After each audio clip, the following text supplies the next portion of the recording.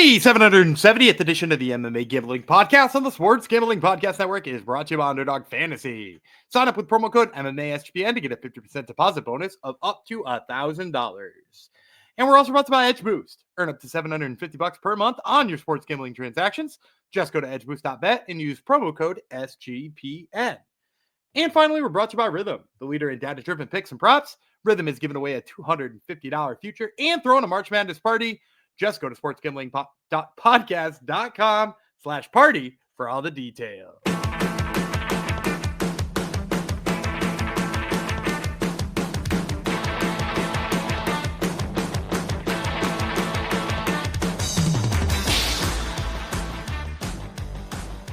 Well, howdy ho, degenerados. Welcome up to episode 770 of the MMA Gambling Podcast and the Sports Gambling Podcast Network, dedicated to Walker Kessler. Just because we were talking a lot about him off air the other day, which is a weird thing to talk about, I'm sure. We talked a lot about Walker Kessler, believe it or not. Walker Kessler and outkicking his coverage, which most men do anyhow. So this goes out to the sheriff. Thanks for coming to the show. I am still Princess Possum, Jeff Fox, until I am given either I steal nicknames or someone. What about the Canadian Walker Kessler? No, Maybe. I don't know if I've got the jaw. His jaw's a bit bigger than mine. Thanks for coming to the show. It has to be spontaneous, so we'll just wait and see until the right nickname comes. It could be Tamerlin. Who's to say? This is a very good, actually, this leads us into this episode well. This is a good episode for nicknames. A lot of decent nicknames, not just on today's episode, but tomorrow's as well. It's not the greatest fight night. All right, we're not going to not going to fool around and say that it is. Although I must say the prelims I find kind of intriguing. That there's quite the main card too. There's intriguing fights. It's just doesn't have a ton of star power. It's in the UFC Apex card. Yeah, it's not bad. I don't hate it. Yeah, it's not horrible. No. Yeah, I mean, like, there's people on it, which is kind of nice. And there's some that Jeff probably had to look up before. Or I had to remind myself. I knew everyone. Do I like Mario Pinto? Do I like him? And then you went back and watched his fight. You're like, I kind of like Mario Pinto. I know who he's fighting. So sloppy fighting's over. People are getting excited. I know I don't like who he's fighting. So it doesn't really matter if I like him or not. It could be Aaron Pinto for all I care. But yeah, it is not one for the casual, so we probably won't get much hate comments on the YouTube for this event. Oh, come on now. The hate comments come no matter what. Keep them coming because they help the algorithm. Yes, they feed. Oh, that's Gumby Breathing, by the way. He likes to talk before I introduce him, like he used to do back in the olden days, like my son does in the podcast. So we do, which I guess I am the common denominator there. Obviously, I ramble on too much, and you people just want me to shut up. So. Maybe I should shut up and we should get into UFC Fight Night. Cape versus Almeida. We're not talking about those guys today, though. We're talking about the prelims. And like I said, interesting fights in the prelims. Maybe the first fight we're going to talk about could be the most interesting. We're starting with flyweights and then we're ending with flyweights tomorrow's episode. So flyweight sandwich, who could complain about that? Who else? What's even better than, as I try to stumble into an ad read, what's even better than a flyweight sandwich? Getting a discount on our merch. You can gear up for March with Merch Madness. Promo code MADNESS for 20% off in the SGPN store. Get in now before the promo code is done. We have lots of cool gear there. I'm wearing some of it. We have SGPN Degens hats that look really cool now. Lots of good stuff. sportsgamblingpodcast.com/store. Madness is your code. All right, let's get into Vegas. And as I said a few episodes ago, maybe you're one of those casuals. We love you regardless. And you don't watch our regional episodes.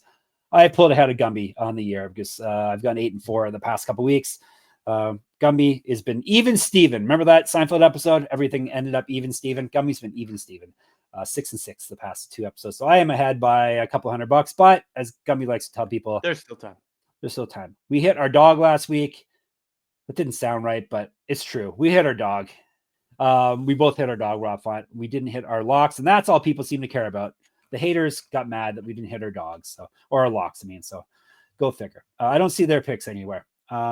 Just dive in. I really don't care. I know I talk about it a lot, but I really don't care about these people that you got to go to them on. You got to get them put in comments. It's true. It's just a talking point for me. That's all. It doesn't keep me up at night. That's for sure. All right. we're talking about this week finally, Gumby. We're not a week ahead. UFC Fight Night Cape versus Almeida is happening this weekend, March the 1st. You won't be busy with a bunch of other MMA, let me tell you. Saturday at the UFC Apex, 4 p.m. Eastern, is the prelims, main card 7, I believe. It's scheduled for ESPN Plus. We got 12 fights, and it's a perfect 6-6 breakdown. So we're going to start things off, as I said, start and end with the little guys, which we like. Is it your favorite weight class, or do you prefer bantamweights, or do you have a favorite? No, I love flyweights. I'm super excited about the Ultimate Fighter flyweights. They got an incredible cast. And I saw, was it Samurai himself, maybe? Sam Creasy, who said he applied and got someone. Who was the guy that we were lamenting is not on the flyweight season recently? Was it Sam Creasy? Well, Creasy was the guy who said he was interested, but I think his age kind of kicked him out of there. And then obviously the fight with Daniel didn't go so well. I'm over top of you. I think he was the guy that said that he inquired and was passed over. So there you go. He lost, so they obviously knew. Well, and also he's 35. Yeah. I think that's the peak. Like, you look at some of these guys, they went young on a lot of these fighters. So good. I think they were trying to make the pool a little bit more youthful. Yeah, well, they have to since they're big cleanse, and then they were going to get rid of flyweights, and then they weren't, and now they've built it back up. So we are talking about finally Charles Johnson, United States versus Ramazan Temirov from Uzbekistan or Tajikistan. I kept looking where he's from, and I think I butchered it. I think he's Uzbek. No, Uzbek. He is Uzbekistan, because I looked up in Uzbek what Tamerlan means. Do you know what Tamerlan, his nickname, means, Gumby? I don't. Cool off is what it translates to. We'll tell you about him first. Temirov is 18-2, 11 knockouts, 1 submission. He's been submitted once, so he's a durable dude. 1-0 UFC. He's won 10 straight, 5 straight via TKO. He's not lost since September 2019. He has fought at 115, 135, and 145. 2015 pro MMA debut. 6 years younger than Johnson. Better striking stats and more active landing strikes based off of one fight.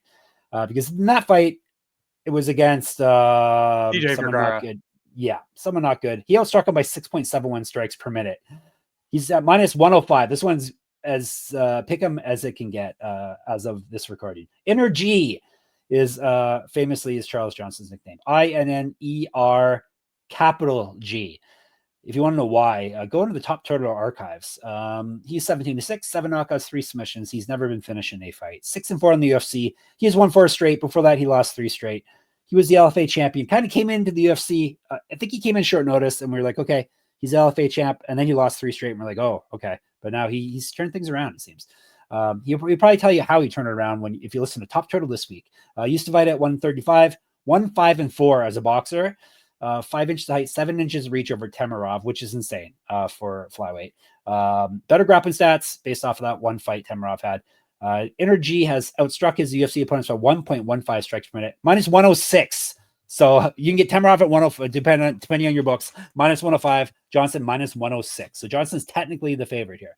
Gumby, pick it up. And did you hear? By the way, speaking of grappling stats, did you see on the last broadcast they started talking about average amount of time that you have on a takedown before getting back up, which is a fun stat that I hope winds up on the UFC stats website, because I think that's a really good contextualization of takedowns. I'm going to take Energy. Me too. As much as I was hoping you'd be on that side. Yeah, I like Temirov. I think his hands were really impressive against the kind of slow for the division CJ Vergara, who had a little bit of trouble making flyweight a few times anyway. But I think the problem here is I just don't trust those hands against the reach of Charles Johnson. And, Temirov, he's got the OV name that everybody gets excited about. But at the same time, he's not much of a wrestler. Like, even if you watch on the regional scene, he wants to turn this into a kickboxing match. And people haven't fared really well lately against Charles Energy Johnson in a kickboxing match, right? Like, he stood toe-to-toe with Josh Van, a guy who I still think has championship potential, and he knocked him out. And he held up against his stiffest test. So, yeah, I'm going to go with Johnson. I think he's going to be sharper on the feet. I don't think it will turn into a grappling match. And also, Johnson told me this week when we were chatting that, he's doing – he completely moved full-time down to Fusion Excel down in Florida. So he's got – not that Murcielago MMA didn't have good training partners, but he's got a ton more training partners now. He's doing 3 a days every single day. So like he is like really locked in after having a really good year. And I think this could be, a showcase fight for him. Is that Henry Hoof's? Is that the new name for his gym, or is that a different Florida gym, Fusion XL now? Wait, was Henry Hoof? Was he originally the one that has like a somewhat? Yeah, a bunch of different names. But he was Black Zillions, right? Yes. But no, aren't they Sanford MMA now? Yeah, right. Okay, yeah. I think that's Sanford MMA. I want to make sure they hadn't changed the name, but yeah, I think Henry Hoof is Sanford. Right. Fusion XL's got a lot of good fighters. They got like Terrence McKinney and right. guys like that. Yeah, a lot of fighters from Florida. I'm taking Johnson as well, as I said. Temirov, despite 20 fights, is still kind of a unknown quantity, at least to me. He really hasn't fought anyone good over his career. Even in the UFC, he hasn't fought anyone good. Johnson is getting better too with every fight, and he's well-rounded enough that I think he can beat Temirov. His grappling's there. His hands are there. I have more faith in him. So I was happy to get him. He was a dog originally. He was at plus 110 or something when I originally broke it down yesterday or 2 days ago. But I will take him as a slight favorite, minus 106 here. So happy with that regardless. All right, let's get you one more, shall we? Before we let you pay some bills here. We are not sticking with flyweights. Actually, yes, we are. We're switching genders. So Montana De La Rosa versus Luana Carolina from Brazil, U.S. versus Brazil, women's flyweight. Let's break her down. First with the American Monty, 13-9-1, 1 knockout, 8 submissions. She's been knocked out once, submitted twice, 6-5-1 in the UFC, 1-3 of her last 4, but didn't win her last fight. That was what or at least I declared a loser leaves town match. Yeah, the person she beat is on this card as well. So apparently it wasn't a loser leaves town match. The person she beat is fighting in 2 fights ahead of her on this card. 1-1 in the Ultimate Fighter. Used to fight at 115, was a regional champion, has missed weight before at 115, but that's not really missing out. She's 125. 2014 Pro MMA debut. She's still young, though, regardless. An inch of height, 2 years younger than Carolina. She's been outstruck in the UFC by 0.49 strikes per minute, plus 130. Dread Carolina is 11-4, 3 knockouts, 1 submission. She's been knocked out once, submitted once, 6-3 in the UFC. She's won 3 straight. Before that, she lost 2 straight. Has not lost a fight since March 2023. Missed weight twice at 125. She's fought down in upper weight class, strawweight, and bantamweight. 1-0 in Contender Series. Contender Series has been around a long time. Like these veterans that are Brazilian Contender Series, if I'm not mistaken, too. I think you're right. Yeah. 2015 Pro MMA debut. An inch of reach over De La Rosa. Better striking stats, more active landing strikes than De La Rosa. She's outstruck her opponents for 1.27 strikes per minute. She's at minus 138. Give me Carolina here. Just a way better striker. Decent defensive grappling. I think she can keep this fight standing at least long enough. I think she can be stronger than De La Rosa as well. Bigger and stronger. So give me the better striker as per usual. Minus 138. Yeah, and I'm going to take a stab on De La Rosa. I'm with you. I think she's a much better striker than De La Rosa in like a potentially really scary way if you're a De La Rosa backer. But the bottom line is I think you're mostly right about her defensive grappling, except for I don't want to use the word grappling. I want to use the word wrestling. Her defensive wrestling is all right. Her defensive grappling is pretty terrible. Remember that she got knee barred by a kickboxer one time in like pretty violent time ago. fashion. I mean, it was, but also like, do you think she's appreciably better on the ground now? Oh, I don't know. We don't see it too often, luckily. I don't think so. And that's sort of my thought process here is that like, first of all, I don't want to back either of these two right now, especially in this like wild style versus style matchup, right? Yeah. Because one of them might look like a fish out of water on the mat and one of them might look like a fish out of water standing. This is like a very old school looking UFC fight. But I think that if De La Rosa gets her down once or twice, I think she'll find the back and a rear naked choke. And like, maybe if you're one of those people who's like, Gumby, I can't get around to betting her at 130 or what do you say, 125 or, I'm not getting a big number. Plus here. 130. Yeah, like, maybe dabble on her submission prop. Her submission prop right now is plus 600.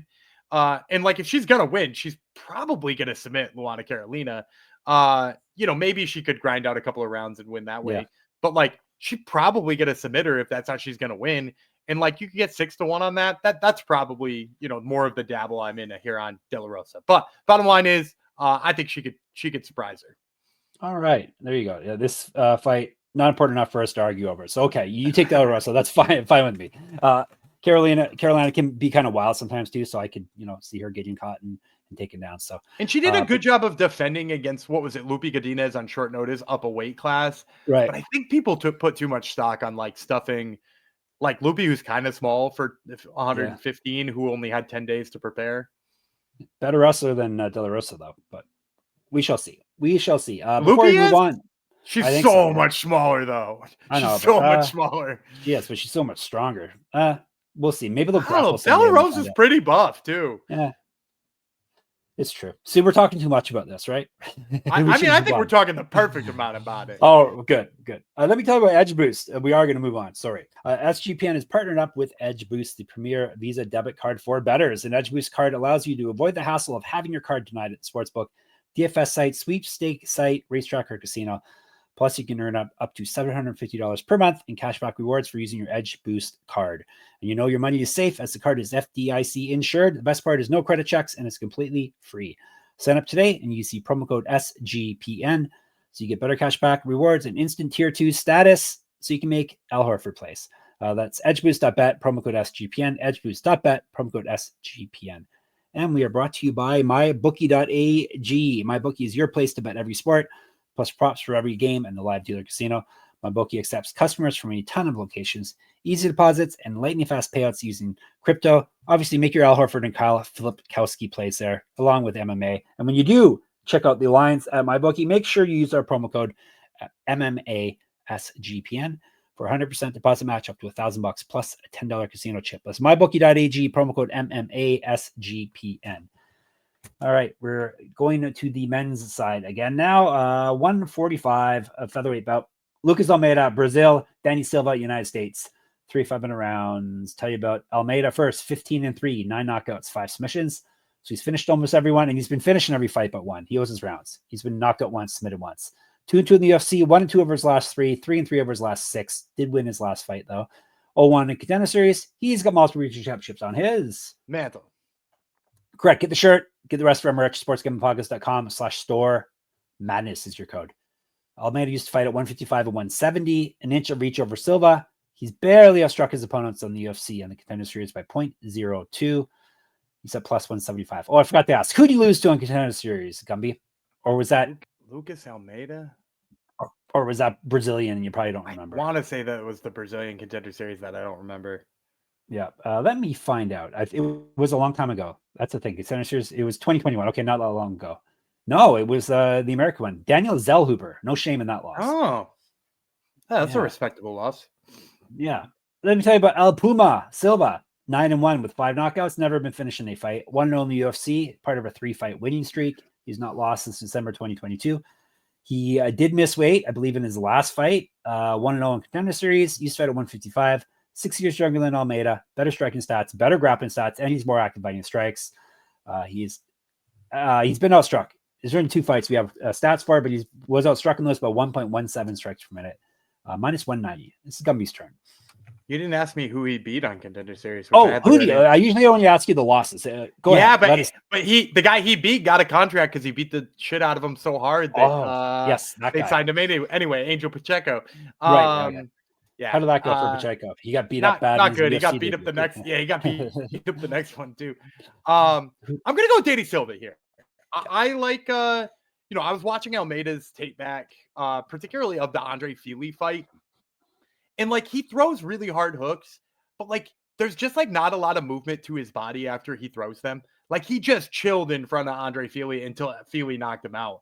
And like I don't necessarily think of Fili as a big KO threat all the time, right? Like he's a good volume boxer. He's got some really nice wrestling.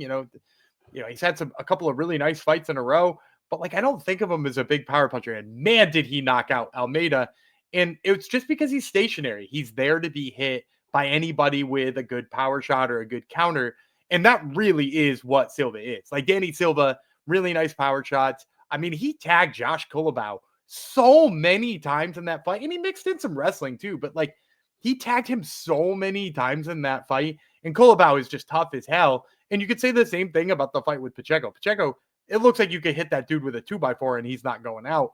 But at the same time, Silva was able to pour it on him nonstop for 15 minutes. He never slowed down. So, like, I think those counters are going to be there against Almeida. I also think he'll be able to crank up the pressure to make it so that, like, Almeida has to, like, sort of take risks to get out of bad situations, and I think it's going to get him caught. Yeah, I'm going with Silva as well, on top of what Gumby said. Not just a more powerful striker, a better striker, and way younger, which helps us as well. So give me El Puma here to claw and paw his way to victory. All right. I hinted at Andrea Lee still being in the UFC, and she is, Gumby. Andrea Lee is fighting at 125, as per usual, against JJ Aldrich in her next fight, 3 5-minute rounds, one women's 125. Tell you about her first. Ms. Lee, KGB Lee, is 13-10, 3 knockouts, 5 submissions. She's been submitted once, 5-8 in the UFC. She's lost 5 straight. I don't know how she still has a contract, but she does. She's gone 2-8 over her last 10 fights. Has not lost since November 2021. However, she does have multi-regional championships on her mantle. Brett, get a shirt, get our merch, sportsgamblingpodcast.com/store. Madness is your code. 4-2 in Invicta, kickboxing champion, a boxing champion, an inch of height, 2 inches of reach over Aldridge, better striking stats, more active lightning strikes than Aldridge, better grappling stats than Aldridge as well. She's a sneaky good grappler, actually. Lee has outstruck her opponents in the UFC by 0.88 strikes per minute, plus 175. Aldridge, 13-7 with 3 knockouts. She's been knocked out once, submitted twice, 9-6 in the UFC, 2-1 over her last 3, 2-3 over her last 5. Did lose her last fight. She went 1-1 in the Ultimate Fighter. Used to fight at 115, 3-1 in Invicta, 2014 Pro MMA debut, 3 years younger than Lee. She's been outstruck in the UFC by 0.5 strikes per minute, minus 200. Can't believe I'm doing it, Gumby, but I'm taking Andrea Lee here. I am too. Hey, good. We're both taking Andrea Lee in a fight in 2025. She is shot. Yeah, she's totally shot, but this is a perfect matchup for her because what's Aldridge good at? She's kind of good at everything. Lee's volume boxing. Yeah, and Lee's like gonna way better on the feet, and Lee's probably a better grappler too. Shockingly. Well, and I would say the thing about Lee too, if you want to go back and you want to talk about all 5 of those losses in a row, the big issue is that she's fighting people who can body her, right? You know, she fought Montana De La Rosa, and she fought Macy Barber, and was it Karine Silva in there? And like, those are just people who, like, in the clinch are bullies, which is kind of Andrea Lee's game, right? Like, she's a decent boxer, but also, like, when she's not getting her way for a second, she wants to sort of like bully you in the clinch and wear you down. And like, she has made a whole career out of that. And now she's run into this like run of opponents who like basically could do it back to her because she's aging and she's a little bit slower. I don't think that's Aldrich's game, though. Aldrich wants to like point fight you a little bit. And I think Lee is maybe even better at point fighting and certainly better at bullying. And not for anything either. Like, she did lose 5 in a row. The loss to Montana De La Rosa is a split. One judge had it for her. The loss to Macy Barber was a split, which, like, I know I rag on Macy Barber constantly. And I like don't ever want to give Macy Barber her due. But like at the same time, like, losing a split decision to Macy Barber is like not a bad loss in my recognition. So I'm going to take Andrea Lee as well. I'm going to hate it, but I'm going to take Andrea Lee here to beat JJ Aldrich. It's not going to be your lock dog of the week, Gumby. No, get that crap out of here. little too risky, probably. It's true. All right, let's get you another winner here, shall we? The co-main event of the prelims: Douglas Silva de Andrade. His name's so long it doesn't fit on the Tapology main page. He's from Brazil, not surprisingly. John Castañeda from, despite what his nickname says, his heritage, his nickname is referred to. He's from the United States. 3 5-minute rounds. We'll tell you about. Lives in Minnesota too, for the record. Yeah, there's not a heck of a lot of sexy Mexies in Minnesota, is there? I don't know. I've never been to Minnesota actually, so I can't really tell you. Yeah, I don't know the makeup of Minnesota. No. Yeah, I don't know the makeup either. Anyhow, the sexy Mexi versus D Silva. I'll tell you about D Silva first. 29-6 with 1 no contest, 20 knockouts, 2 submissions. He's been knocked out once, submitted once. 7-6 in the UFC. Loss over his last 3, 3-2 over his last 5. Used to fight at 145. 2007 Pro MMA debut, an inch of height over Castañeda. Better grappling stats than Castañeda. He's been outstruck in the UFC by 0.39 strikes per minute, plus 235. The sexy Mexi. If you want to know the spelling, if you're going to send him a postcard or a Christmas card, SEXI space MEXI, obviously. 21-7, 8 knockouts, 6 submissions. He's been knocked out twice, 4-3 in the UFC. 2-1 over his last 3, 4-2 over his last 6. Very consistent. Did lose his last fight. He's fight at 135 and 155. Missed weight twice at 135, so he's probably at the right weight class now. 1-0 in Contender Series. Who did he beat, Gumby? There you go. I'm going to put you on the spot. I don't remember that one. Fine. 2012 Pro MMA debut. 3 inches reach over Andrade. Silva de Andrade. 6 years younger. Better, more active landing strikes than Silva de Andrade. He has been outstruck, though, in the UFC by 0.55 strikes per minute. Minus 265. All right, Gumby. Take her away. I'm going to take the sexy Maxi.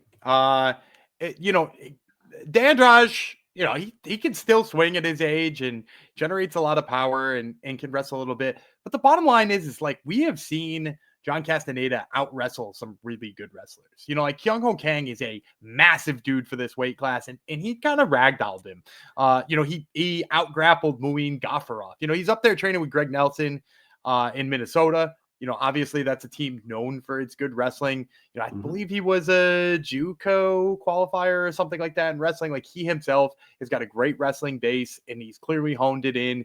And like here against Andrade, like I think Andrade is probably not dangerous enough that he has to worry about him a ton on the feet. I think you're going to see him pressure. I think you're going to see him get the takedown. Also, in his last fight, he even said it to me, which you'll hear on this week's Top Turtle MMA podcast. He lost to Daniel Marcos, who is like a really, really, really good prospect right now, who continues to surprise me every single time he's out there. And like he said, I just couldn't get going.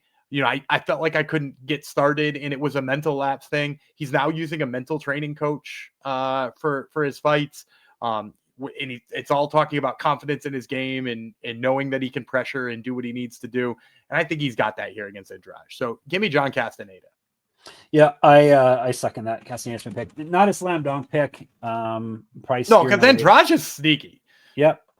And he hits hard and but I think Castañeda, I'm going to go with the younger guy in a toss-up, kind of a toss-up bout like this. So give me the younger fighter, but yeah, minus 265. I don't know about that. Yeah, I don't know if I like that for Castañeda either. Yep. See, he could eat one and fight over. All right, before we get to our main event, we talk about Rhythm. Not just Rhythm, a Rhythm party. Rhythm is throwing an epic March Madness party, and you're invited. All Rhythm users are invited to a first 4 watch party Wednesday, March the 19th. The awesome Stadium Swim at Circa Las Vegas. Free drinks, plus you get to hang out with the guys from the Sports Gambling Podcast and the College Experience. And it gets better. How could it get better? Rhythm is also giving away a $250 March Madness future for one random lucky Rhythm user. Even if you can't make the party, you can still win the future bet. So sign up for your 7-day free trial at sportsgamblingpodcast.com/rhythm. That's RITHMM. And come by and use Rhythm to help you fill out your bracket and make some bets while you're there. A free party plus a chance at $250 feature bet. Go to sportsgamblingpodcast.com/party for more details. sportsgamblingpodcast.com/party. And Underdog Fantasy, NBA, NHL, college basketball, whatever your sport, you can cash in big with Underdog Fantasy Pick'em. Gummy's going to give you a play right now for Thursday or Friday. Yeah, so we'll go to Thursday. We'll take on Thursday. This is Thursday. Yeah, Thursday, the Spurs will be playing. No, this is on Wednesday. The Spurs will be playing. Yeah. We're doing prelims. Sorry. It's Wednesday. We're still doing prelims. On Wednesday, the Spurs will be playing the Rockets. And I like Bismack Biyombo and his higher than on his rebounds. He's coming off of a 10 rebound game against the Pelicans. And, his line is still not getting completely out of control at this point in time, mostly just because he wasn't putting up 10 rebound games. But with Wemby out of the way, I think Bismack Biyombo is going to be grabbing a bunch of those boards. So give me his higher than on his rebounds. I interviewed him and did an article on him for Slam Magazine before his rookie season. That shows how old I am and how old he is. He's probably older than he claims to be as well. But yeah, that was a long, long time ago. Still in the league, Bismack Biyombo, and he's going to grab a lot of rebounds apparently. So sign up with our code MMASGPN to claim your special pick and first time deposit offer up to $1,000 in bonus cash. UnderdogFantasy.com, promo code MMASGPN. All right, main event time of the prelims. It's a good fight. Ricardo Ramos from Brazil. Chepe Mariscal. Well, Jose Mariscal, but you can call him Chepe. He is from the United States of America. 3 5-minute rounds, 145. Ramos Caracina.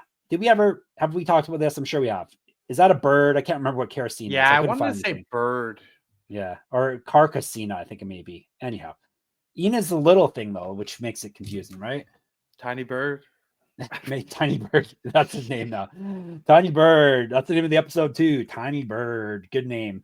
He's 17-6, 4 knockouts, 7 submissions. He's been knocked out twice, submitted 3 times, 8-5 in the UFC, 1-2 over his last 3, 3-4 over his last 7. He did win his last fight though. He's fight at 135. A regional champ, 2012 Pro MMA debut, 2 inches height, 3 inches of reach over Mariscal, 3 years younger, which you would not guess, but Mariscal is a vet here.